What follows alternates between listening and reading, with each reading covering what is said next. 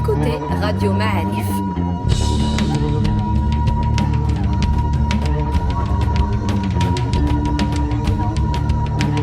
Le podcast Histoire.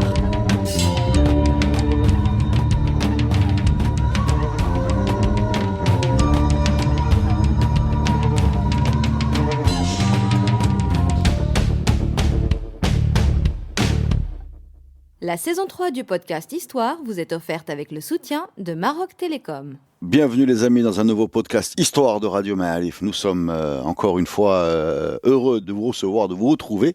Et nous sommes également heureux de recevoir le professeur Fili qui a été convoqué. Alors je ne vais pas vous dire qu'il est venu très vite, mais il est venu parce qu'il honore ses convocations. Salut Abdullah. Bonjour Sereda. Comment ça va? Alhamdulillah. Est-ce que je vois que tu as des fiches? J'ai des fiches parce que je prends au sérieux la convocation et donc il faut que j'ai des arguments pour défendre ta position. Ma position.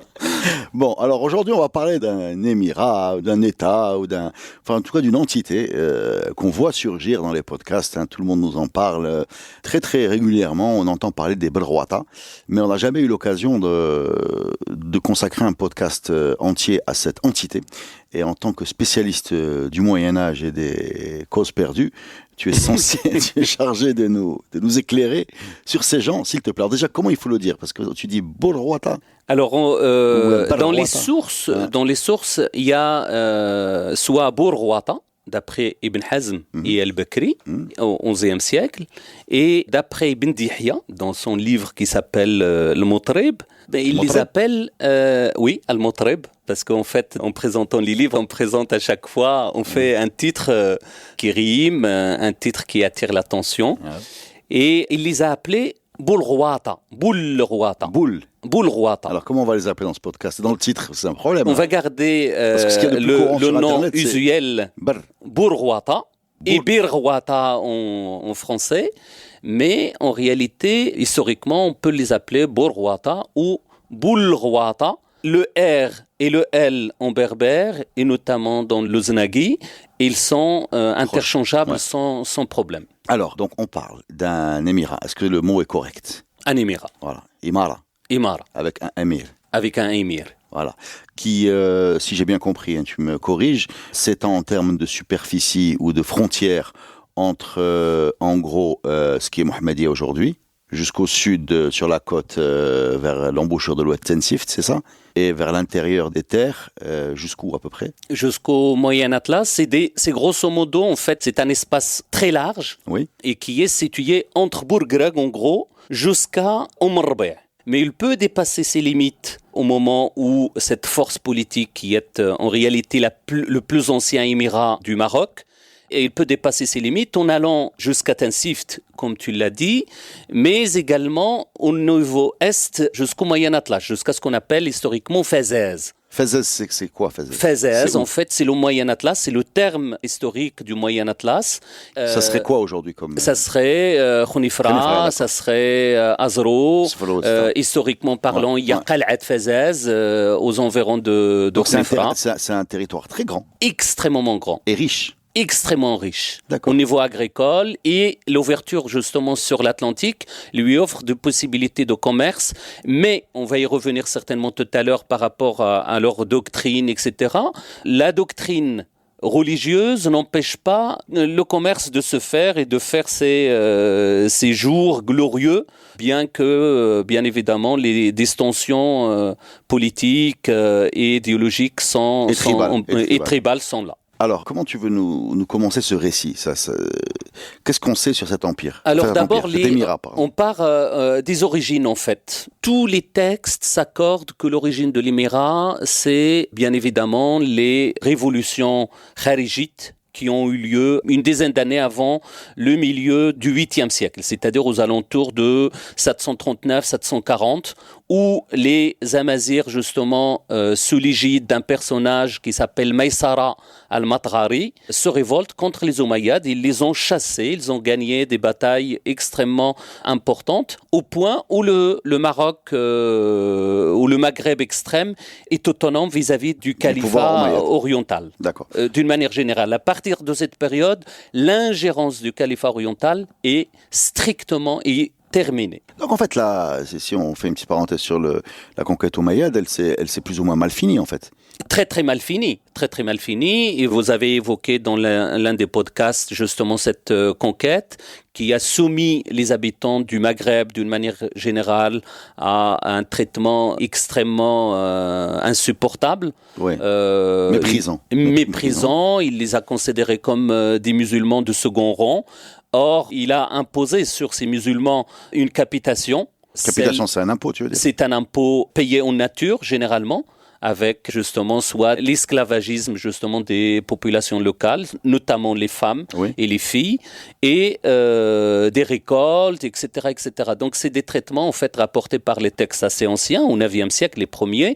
Ils sont tardifs, mais relativement, c'est des textes orientaux, donc la possibilité qu'ils soient crédibles est là.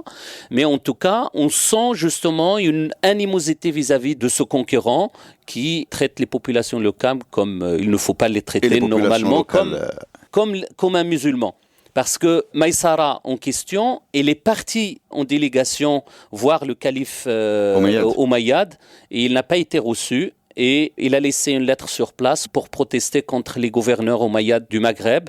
Et n'ayant pas de réponse, ils se sont révoltés et c'est de là qu'il est né en fait l'émirat des Barwata. De la révolte de quelle tribu ? C'est des Masmouda.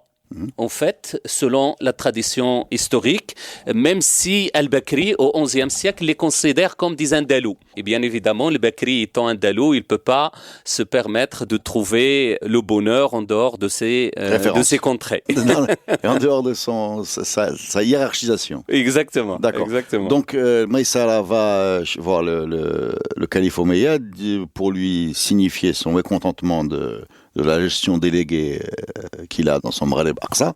Il n'est pas reçu, il arrive, il se révolte et ça devient un État. Ça devient, on va dire... C'est quelle année ça ? C'est 739-740. D'accord. 122 de l'Hégire. Et c'est de là qu'on trouve le premier personnage des Barwata, Tarif, qui est le premier personnage qui a effectivement, d'après les sources, côtoyé Maïsara et il a adopté le kharijisme sofrite. Exactement le même kharijisme dont on a parlé quand on a évoqué les Banu Midrar de Sijil Massa. D'accord. Quel est le rapport entre ce Tarif et Tarifa ? Alors, c'est autre chose. Tarif de Tarifa, c'est un général, au même titre que Tariq ibn Ziyad. Et en fait, c'est la première découverte, la première, on va dire, conquête de l'Andalousie qui s'est opérée en 710, c'est-à-dire une année avant la conquête de Tariq ibn Ziyad. D'accord. Donc lui, ça n'a rien à voir avec les Barwata, lui. Rien du tout. D'accord. Merci pour votre intervention. Je croyais que c'était le même.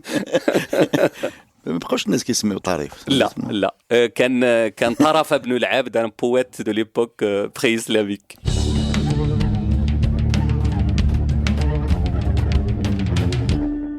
Donc on connaît son fondateur Maïsara, on connaît Tarif qui a pris la succession, si j'ai bien compris. Exact. Et l'assise tribale, en fait, c'est, d'après les textes encore une fois, il recense 4 tribus importantes, Znata, Zouara, Mtaghra et Mtmata. Donc un agrégat de tribus qui se sont rassemblées pour constituer justement l'essentiel, on va dire l'assise tribale et la asabiya, comme dirait Ibn Khaldoun, de cet émirat. L'esprit de corps, quoi. Voilà. Mais est-ce qu'on a des idées sur l'organisation politique de cette structure, cette entité ? Alors, l'une des caractéristiques justement de cet émirat, c'est qu'on est très très très mal renseigné par rapport à ses spécificités. Et malheureusement, les sources dont nous disposons sont toutes, sans exception, des sources exogènes. C'est-à-dire qu'ils sont des cris de l'extérieur. Voilà.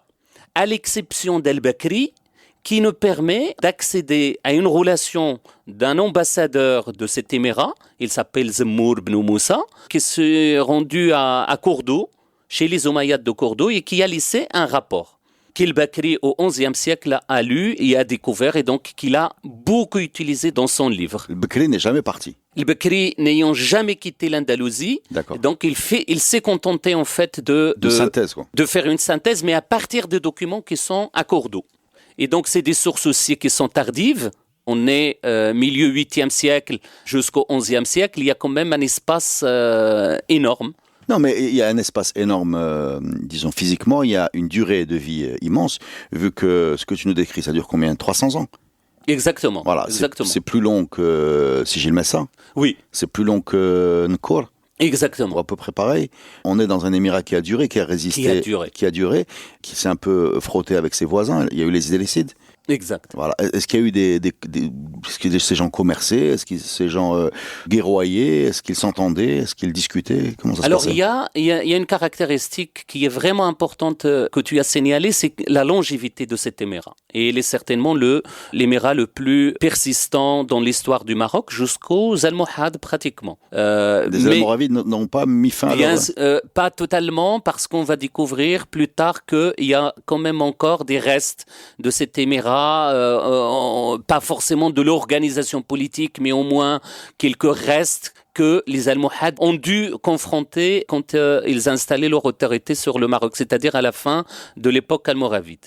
Ce qui est important, mais tu as raison, l'émirat a subi des attaques systématiques depuis les Idrissides jusqu'à la fin des Almoravides. La première, les Idrissides par exemple, depuis Idriss Ier, il n'a cessé de les combattre. Et d'ailleurs, on sent ou on ressent que pendant que les Idrissides étaient forts, sous Idriss Ier et Idriss II, en quelque sorte, l'émirat des Barghouata était relativement faible. Et que probablement, comme on peut l'imaginer, Azmour par exemple, c'est une ville idrisside, gouvernée par un idrisside. Chella, c'est une ville où il y a un gouverneur idrisside. Et plus tard, Yefranide. Ça veut dire en fait que l'émirat s'est rétréci considérablement.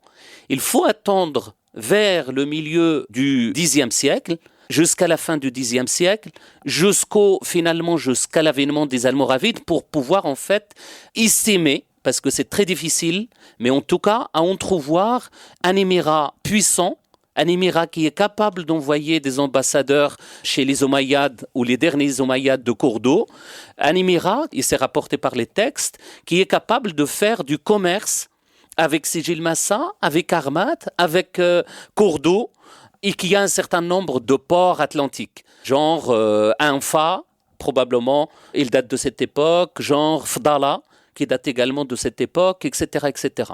Donc c'est véritablement cette période où il faut situer, on va dire, l'apogée de cet émirat. Alors, est-ce qu'ils avaient une capitale, ces gens-là? Alors ça, c'est toute une énigme, parce qu'on n'en sait absolument rien. On ne sait pas où il est situé, cette capitale, bien que dans les textes, encore une fois tardifs, d'ailleurs jusqu'à Lyon l'Africain, on peut lire que tel endroit, à côté de l'Gara par exemple ici, ou à côté d'Ofdala, Mohammedia actuel, il y a des villes des Borghouata. Et même indirectement dans les textes, par exemple, le 4e émir de cet émirat, il s'appelle Yunus ibn Ilyas, c'est lui qui a mis en évidence en fait la religion Borghouata. Et c'est pour ça que c'est très important. Par exemple, le Bekri nous dit qu'il a saccagé 387 villes pour imposer la religion Borghouati. 387 villes. Villes. Oui. Vous imaginez sur un territoire aussi limité, qu'est-ce que ça veut dire 387 villes? Ça veut dire que la notion de ville, il faut l'interpréter, l'approcher d'une manière délicate et on va dire avec précaution. Il faut parler alors justement de cette religion qu'il a voulu imposer. Décris-la-nous, s'il te plaît.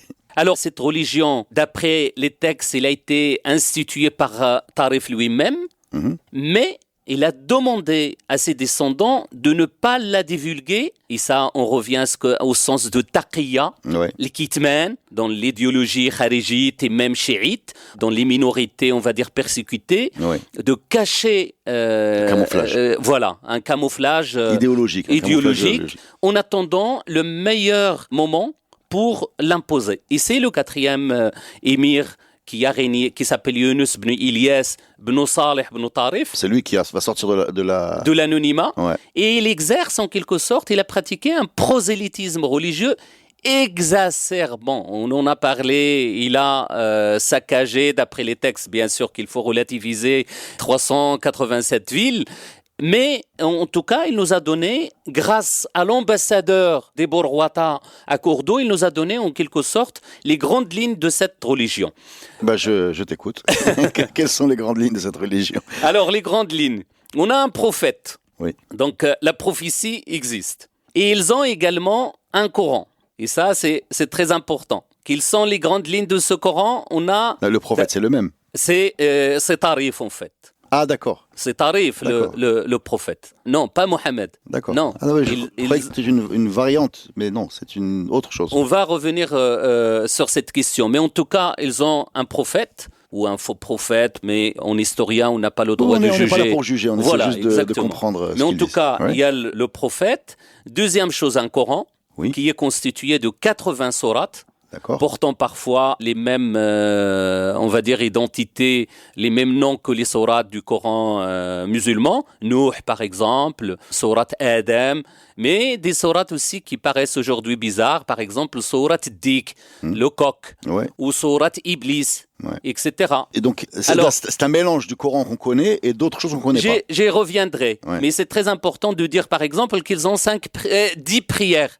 5 le jour et 5 la nuit. Bon courage. Hein.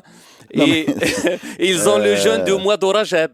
D'accord. Au lieu du Ramadan. Mais qu'ils le remplacent ou qu'ils se rajoutent? Non, qu'ils le remplacent. D'accord. Ils se distinguent justement... Donc, quand tu dis 5 prières, excuse-moi, on revient sur les prières. 5 prières... La journée et 5 prières la nuit. D'accord. Et le sacrifice le 21 de Muharram. Pourquoi du comment, je n'en sais strictement rien. Et personne ne peut nous dire pourquoi. Par exemple, sur toutes les récoltes, on prend le 10e, c'est-à-dire l'ashor, que d'habitude sont réservés à un type de récolte après avoir atteint une quantité particulière. Eh bien non, pour eux, et comme les terrains agricoles, on peut l'interpréter comme ça, comme la région est très riche, et donc cet émirat a besoin justement de ressources financières fondées sur la richesse de ce contexte géographique.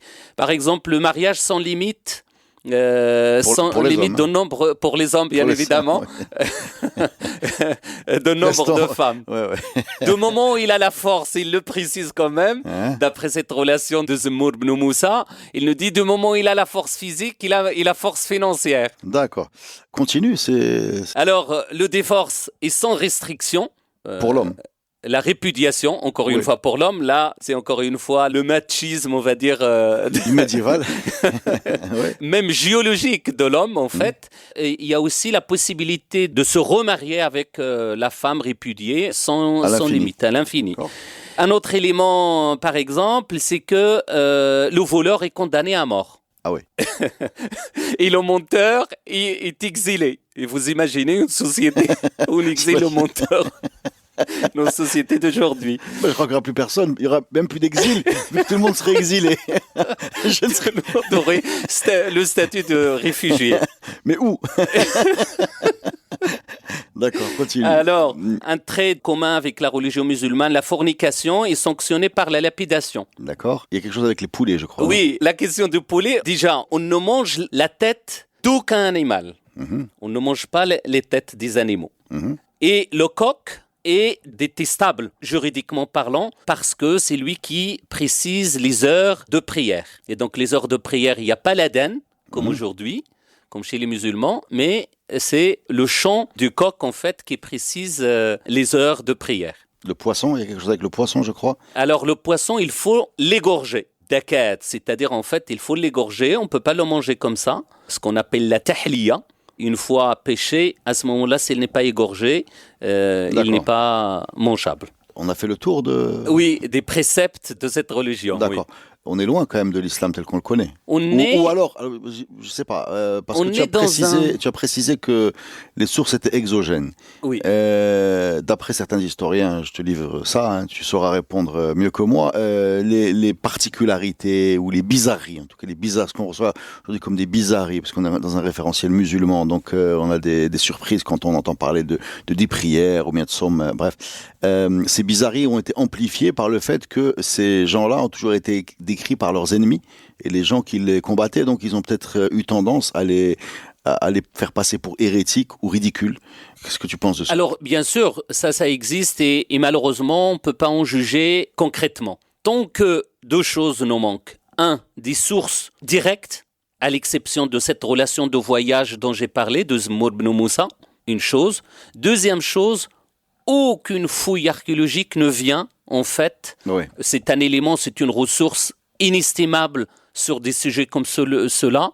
Et malheureusement, sur ces dimensions religieuses, même l'archéologie ne peut apporter que des témoignages indirects. Mais eux-mêmes, comment ils se voient? C'est-à-dire eux-mêmes, est-ce qu'ils se voient comme des musulmans ou ils se voient comme autre chose? Par exemple, est-ce qu'ils vont partir le Hajj? Non, justement. Et à mon avis, d'après, en tout cas avec les limites de la documentation dont nous disposons, mais l'historien ne peut pas rêver de sources ou de ressources documentaires dont il ne dispose pas.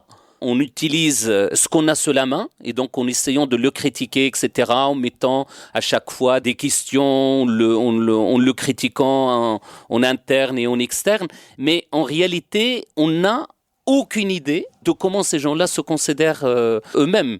Mais en tout cas, d'après ce qu'on voit, on voit en fait que cette situation religieuse fondée sur un syncrétisme qui a toujours caractérisé l'histoire du Maroc, une région très peu touchée par les monothéismes, il faut le dire, que ce soit le christianisme ou le judaïsme, ça a toujours resté en marge d'un certain nombre de religions populaires, de kahinage par exemple. Et en tout cas, on a légèrement, en quelque sorte, de tous ces éléments-là qu'on découvre avec cette tradition historique telle qu'on l'utilisant, on a une société maghrébine, marocaine plus précisément, qui n'a pas été véritablement touchée par les monothéismes, comme on pourrait l'imaginer par exemple en Ifriqiya, en Tunisie actuelle.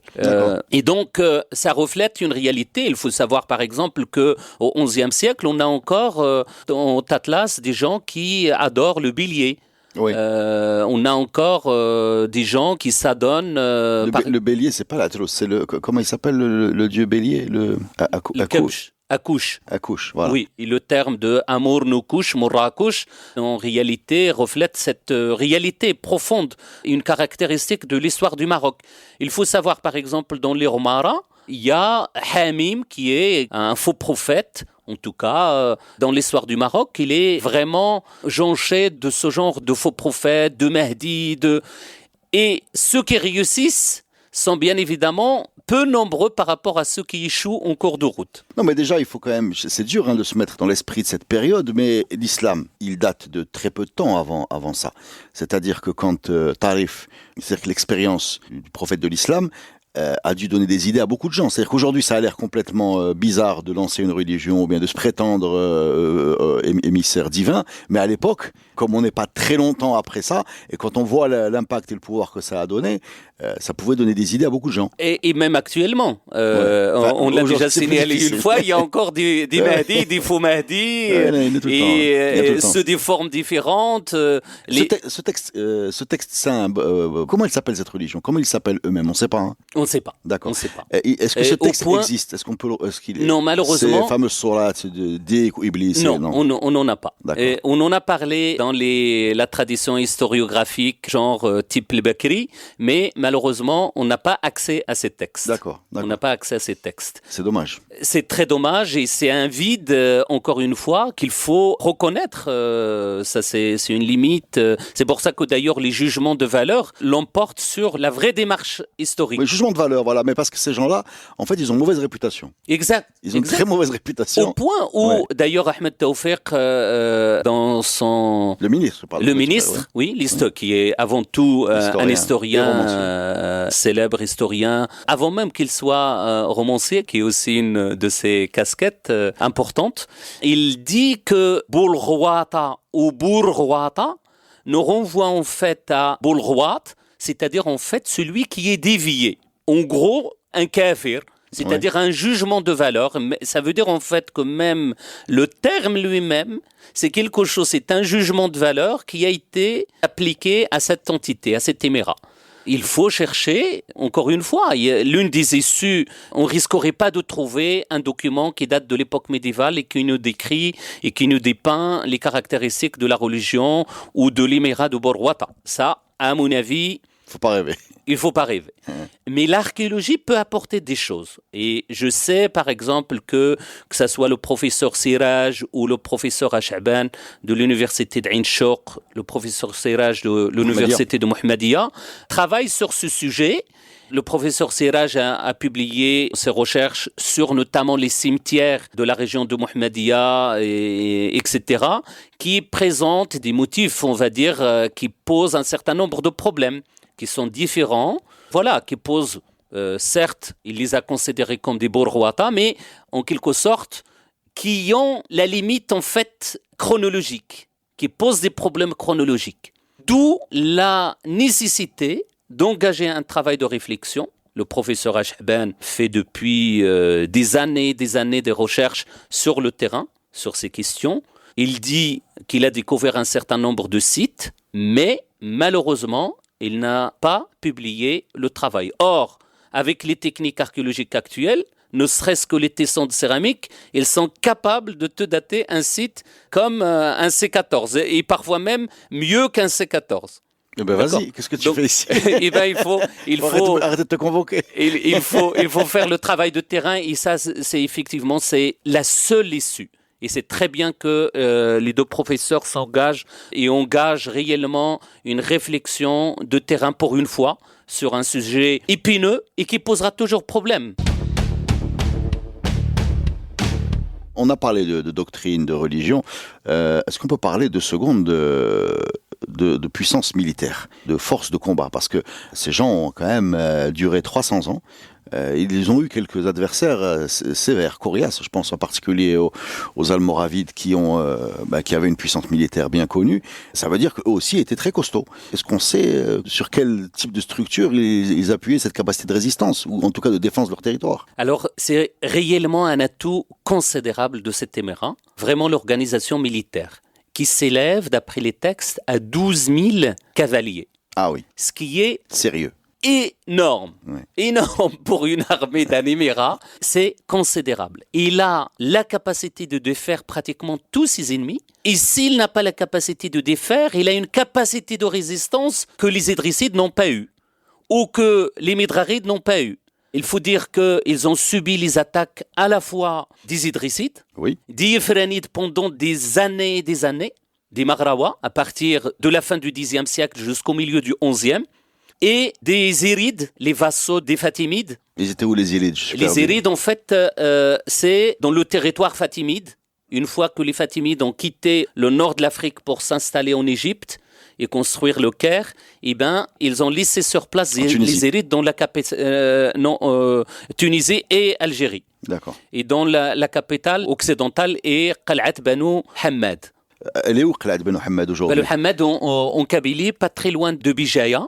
D'accord. Et donc, quand tu dis que ces gens-là attaquaient les Balrouata, ils venaient de là-bas? Ils venaient de là-bas parce qu'ils sont les représentants des Fatimides sur le territoire maghrébin jusqu'à ce qu'ils déclarent leur autonomie vis-à-vis des Fatimides. Alors, revenons aux Balrouata. Donc, ces gens-là sont capables de se défendre contre toutes les armées. Exactement. Donc, on a vu, bien évidemment, les Idrissides, on a vu les Zérides, on a vu les Yéfranides, on a vu les gens, en fait, qui ont constitué ce qu'on appelle le sunnisme militant, et qui ont construit un certain nombre de ribats qui encerclent en quelque sorte le territoire de Borwata. Les Almoravides, tu les as oubliés dans la liste. Je reviendrai parce que c'est eux qui vont porter le coup de grâce à cet émirat, en tout cas dans la configuration hégémonique qui était la leur jusque-là, même si, d'après quelques textes, il y a encore les réminiscences, les restes de cet émirat jusqu'à l'époque de Abd el-Moumen.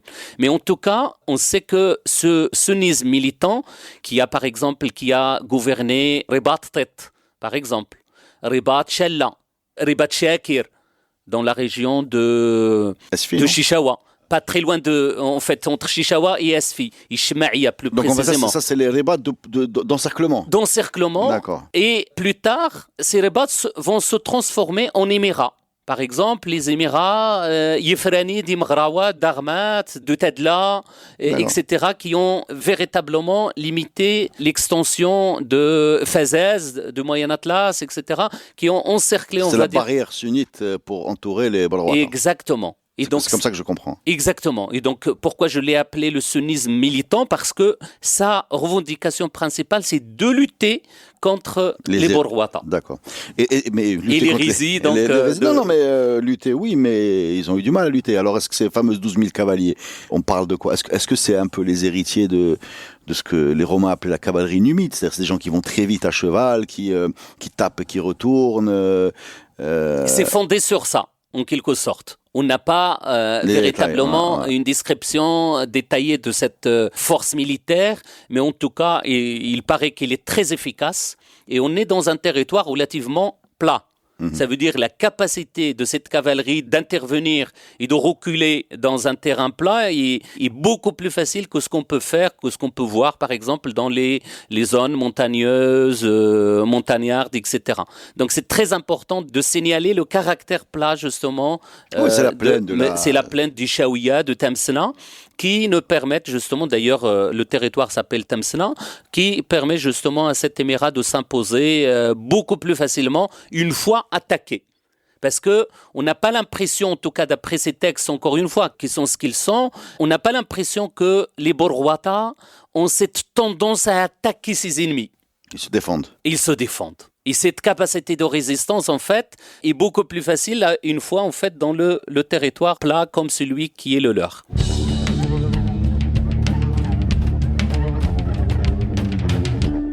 Alors, arrivons aux affrontements entre les Almoravides et les Borwata. Est-ce que c'est Youssef Ben Sachfin qui va mettre fin, ou bien c'est son tonton Abou Bakr? Non, c'est d'abord Abdullah ibn Yassin. D'accord. Abdullah ibn Yassin qui est le chef religieux de cet émirat. D'accord, Abdullah ibn Yassin, c'est l'Ibn Soumel des Almoravides. Exactement. D'accord, c'est l'idéologue. L'idéologue et le prédicateur des Almoravides.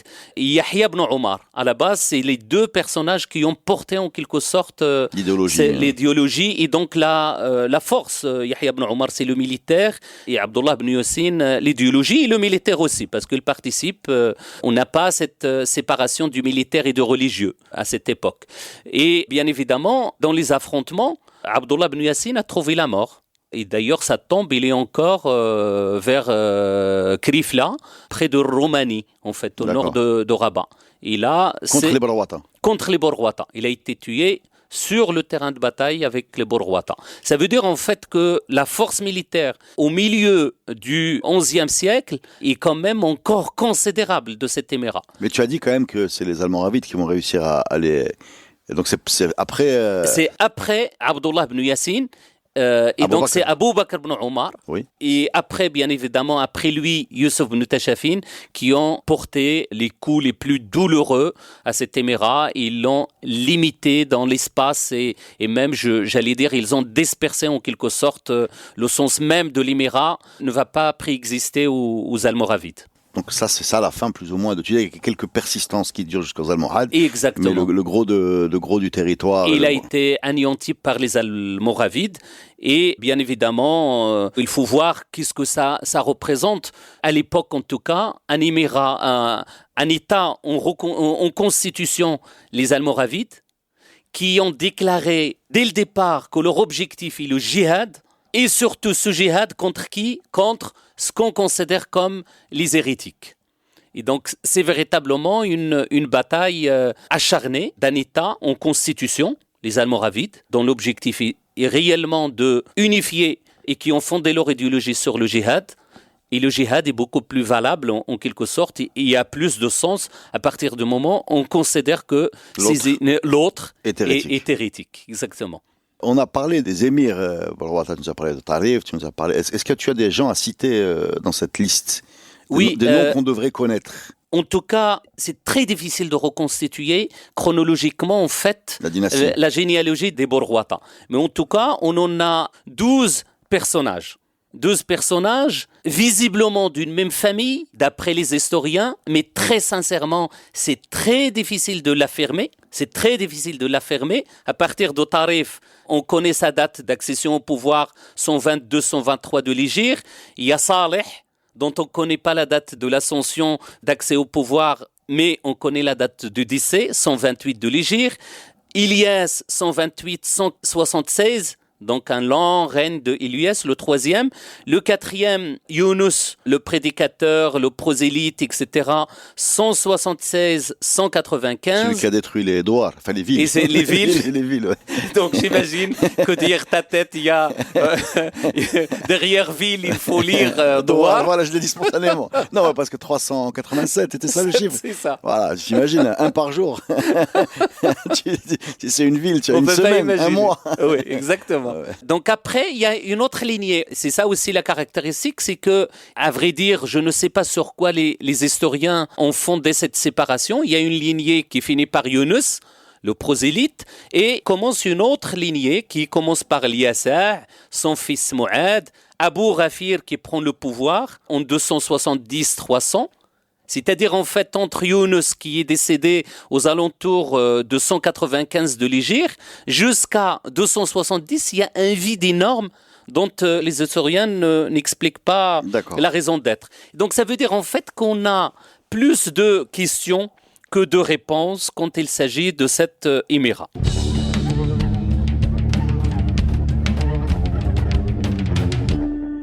Alors, moi, j'ai une dernière question. Peut-être qu'elle est stupide, mais on a des gens qui se sont soulevés contre les Omeyyades.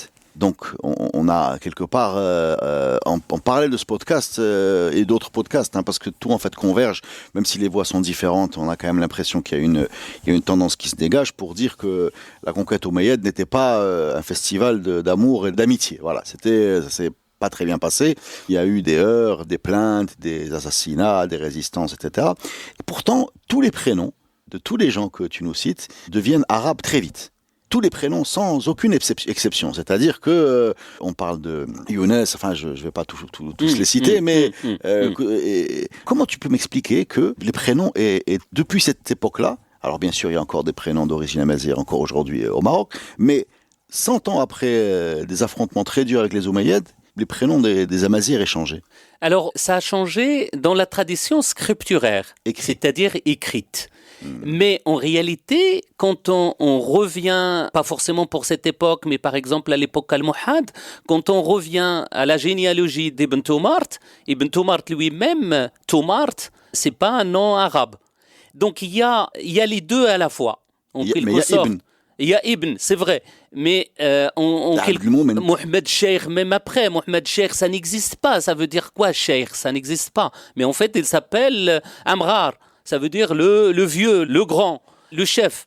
Et en réalité, il y a cette image-là, scripturaire, qui a été imposée en quelque sorte par la tradition écrite. Mais... Est-ce que ça veut dire, restons sur cette image de la tradition écrite.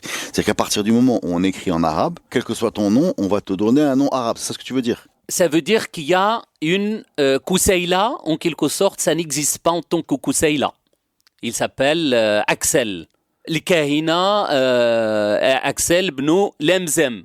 Donc il n'est pas arabisé, bien qu'il soit musulman au début de son ralliement avec certainement l'un des gouverneurs omeyyades du Maghreb, qui est Aboul Muhajir Dinar, qui est certainement le plus docile et le plus compréhensif des spécificités locales. Et c'est lui qui a rapproché Kousseïla des musulmans. Mais il y a une autre image. Il y a une autre idée, c'est qu'on s'identifie bien évidemment aux musulmans. On l'a vu dans la religion de Borwata. Il y a un prophète, il y a un Coran. Il y a un siyam. Il y a un siyam, il y a une salat, il y a une adhan, mais... Il y a une biha, elle est un peu différente. Voilà, exactement. Ça veut dire en fait qu'on a quand même... On fait des dérivés locaux. Voilà, exactement. Local, ouais. Mais on l'inscrit dans des spécificités locales, on l'inscrit dans une tradition et dans les traditions, les us et coutumes locaux, les traditions locales, qui lui permettent en fait une stabilité, une stabilisation sur place. Et c'est pour ça qu'il s'est imposé. À partir du moment où les Amazirs ont accepté l'islam, ils se sont révoltés contre les Omeyyades en tant que musulmans. Oui, et donc ils veulent parfois uniquement même au nom de l'islam, exactement, ça c'est sûr et certain. Et même dans la lettre de Maïsara dont j'ai parlé, qui a été rapportée par l'Yaqoubi à la fin du 9e siècle, il décrit concrètement qu'est-ce qu'on reprochait aux souverains, aux gouverneurs omeyyades. comme quoi ils ne respectent pas la religion. Quand on gagne des batailles, ils partagent le butin entre eux, ils nous laissent de côté, ils traitent mal nos troupeaux, ils traitent mal nos femmes, etc., etc. Ça veut dire en fait que c'est à partir du référentiel musulman qu'on peut critiquer justement ça. Et donc c'est pas étonnant d'adopter aussi quelques éléments de cette religion. Oui, mais là, le côté hégémonique de la façon dont il a été adopté me semble très rapide en fait, très rapide. C'est-à-dire que si on décidait que on devrait changer de prénom, j'imagine ça allait prendre à l'époque avec les moyens de communication, etc., plusieurs dizaines ou centaines d'années. Et là, on a l'impression que du jour au lendemain, il n'y a plus que des prénoms arabes. Et j'ai du mal à... Non, ça c'est sûr et certain. Encore une fois, c'est quelque chose qui nous a été pas mal imposé par la tradition scripturaire. Mais en réalité, quand on va, en quelque sorte, dépouiller un peu ses sources, on trouve souvent, notamment, par exemple, Al-Baydaq, qui est le compagnon d'Ibn Tumart, qui nous a donné les noms des compagnons d'Ibn Tumart, leur tradition, la généalogie, par exemple, d'Ibn Tumart, d'Abd al-Moumen, etc. Et dans laquelle on trouve, par exemple, les Aglides, les Amrar, il y a, par exemple, un certain nombre de noms, en fait, qui sont traditions amazigh pur sang. Mais, encore une fois, c'est peut-être aussi, mais c'est à chercher encore, à confirmer encore, le fait d'adopter un prénom ouvre les portes justement à ces populations qui ont beaucoup participé dans la conquête islamique, ce qui était une exception dans le monde musulman, c'est que les Amazirs ont porté en fait cette religion, notamment vers l'Andalousie. Oui. Tariq ibn Ziyad, Tarif, etc. C'est majoritairement des Amazirs qui ont conquis l'Andalousie, d'accord ? Et donc ça veut dire en fait qu'à partir du moment où on adopte on est d'une façon ou d'une autre intégré dans ce système, bien évidemment l'un des moyens d'intégration, et d'ailleurs le système français le fait encore, changer le nom. Et bizarrement, ceux qui ont plus changé les noms, les prénoms en France, ce n'est pas la troisième génération ou la deuxième génération, c'est la première génération. Donc on trouve un Marocain qui a pris la nationalité française et qui s'appelle François. Il garde Mohamed, mais il s'appelle François. D'accord, c'est la première génération par envie de... Voilà, par envie d'être assimilé, d'être intégré, etc. Est-ce que c'est la même chose ? Ça, je fais certainement de l'extrapolation, mais en tout cas, il y a ce phénomène qui est important. Entre l'époque romaine et l'époque islamique, on a des changements de noms, de toponymes, qui est assez remarquable et dont on n'a pas effectivement toutes les réponses. Il y avait une grosse ambiance à cette période, hein. Waouh, c'est très animé. C'est très animé. Est-ce que tu veux rajouter quelque chose pour que nous puissions considérer qu'on peut refermer ce podcast avec la tête haute? Ça suffit. Il faut le mériter. Je pense que non. Je voudrais insister sur en fait l'autre partie. En fait, c'est la force économique de cette émirat. L'agriculture notamment, et le fait justement que on l'a déjà certainement mentionné, mais les fondements en quelque sorte de la force de cet émirat est forcément lié à ses fondements économiques. D'accord. Parce qu'aujourd'hui, c'est une plaine riche. Exactement. C'est en quelque sorte le grenier. Et c'est pour ça que... Ils ont été attaqués. Et c'est pour ça aussi qu'il faut attaquer, d'une part, qu'il faut expliquer aussi les relations très, très intimes avec les Omeyyades de Cordoue. C'est des sunnites, c'est le califat. Et pourtant, elle est en très très bon terme avec, entre parenthèses, les hérétiques Borwata. Ça veut dire en fait que le bon sens politique l'emporte souvent sur les différences idéologiques. Et le bon sens économique aussi. Exactement. Ou alors ça veut dire peut-être qu'il n'était pas aussi hérétique que ça, peut-être. Exactement, exactement. Bref, beaucoup de questions à la fin de ce podcast, des questions, non pas forcément des réponses, mais en tout cas on est content d'avoir fait ce qu'on a pu, et surtout grâce à toi, merci beaucoup pour nous éclairer sur ce pan de notre passé. Merci les amis, à la semaine prochaine pour un nouveau podcast Histoire.